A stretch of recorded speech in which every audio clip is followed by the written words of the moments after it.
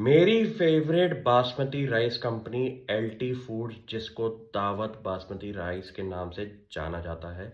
इस कंपनी का सबसे बड़ा कमेंडेबल शेयर हमारा अगर मार्केट शेयर है राइस के अंदर, जो कि इस टाइम 30% क्रॉस हो चुका है।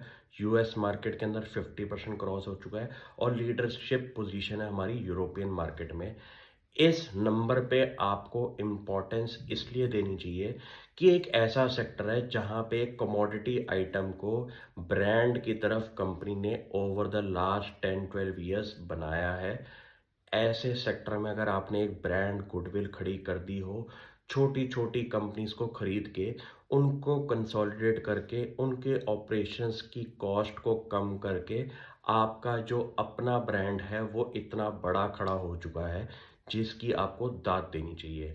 क्योंकि इंडिया की मार्केट में अगर आपने एक ब्रांड खड़ा किया है जो कि ग्लोबल फेमस है, अच्छी बात होती है। बहुत कम कंपनीज ही over the last few years कर पाई हैं इंडिया की खुद की खड़ी हुई कंपनी, जिसने ग्लोबल स्टैंडर्ड्स मीट करके उन कंट्रीज के अंदर अपना दबदबा खड़ा किया है।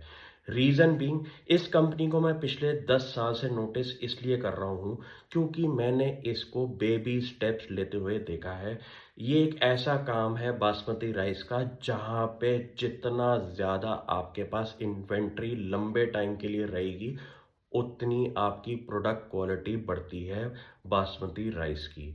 ये एक ऐसा बिजनेस है जिसके अंदर इन्वेंट्री बैलेंस शीट पे होना अच्छी बात है, क्योंकि जितनी पुरानी इन्वेंट्री कंपनी खड़ी करेगी डेट लेके, उतना ज़्यादा कंपनी को प्रीमियम प्राइसिंग मिलेगी। और इंडिया से एक्सपोर्ट होने वाली चीज़ों के अंदर मेरे को ज़्यादा दिलचस्पी इसलिए रहती है क्योंकि एक्सपोर्ट मार्केट के अंदर आपके मार्जिन्स बनते हैं बढ़िया लेवल पे।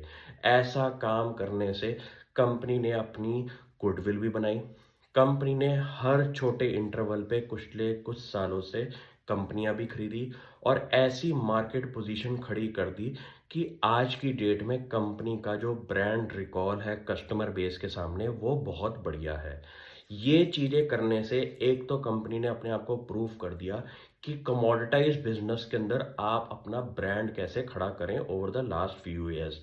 प्लस कंपनी ने अपना चलते वक्त के अंदर अच्छे टाइम पीरियड में अपनी डेट पोजीशन को भी कम किया है।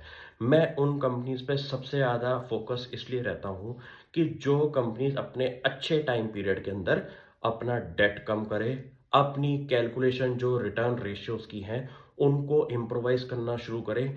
क्योंकि ये एक ऐसी रेशियोज हैं जो कि फाइनेंशियल वर्ल्ड के अंदर जितने भी फंड मैनेजर्स हैं उनकी सबसे पहले नज़र के अंदर क्राइटेरिया अगर लगता है फिल्टर लगाने का, तो वो रिटर्न रेशियोज ही होती हैं, तब जाके ये कंपनीज आपके सामने आती हैं।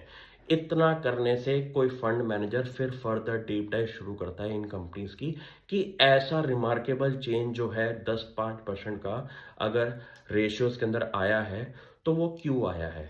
उसके पीछे के आपको रीजंस पता होने चाहिए कि कंपनी ने अपने कैश फ्लोज को ठीक किया, उस कैश फ्लो से अपना डेट रिड्यूस किया, ओवर द ईयर्स कंपनी का रेवेन्यू कहाँ से बढ़ा, छोटी छोटी एक्विजिशंस करके, प्लस कंपनी ने जो डाइवर्सिफिकेशन मारी न्यू प्रोडक्ट लाइंस के अंदर है।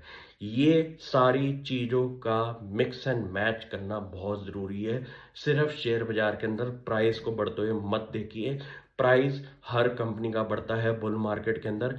बेयर मार्केट जब आती है, प्राइस अच्छी कंपनियों का भी गिरता है, लेकिन बाद में वही कंपनीज ग्रो होती हैं जिनके फंडामेंटल्स के अंदर चेंज आया है और उस रीज़न की वजह से प्राइस बढ़ा था।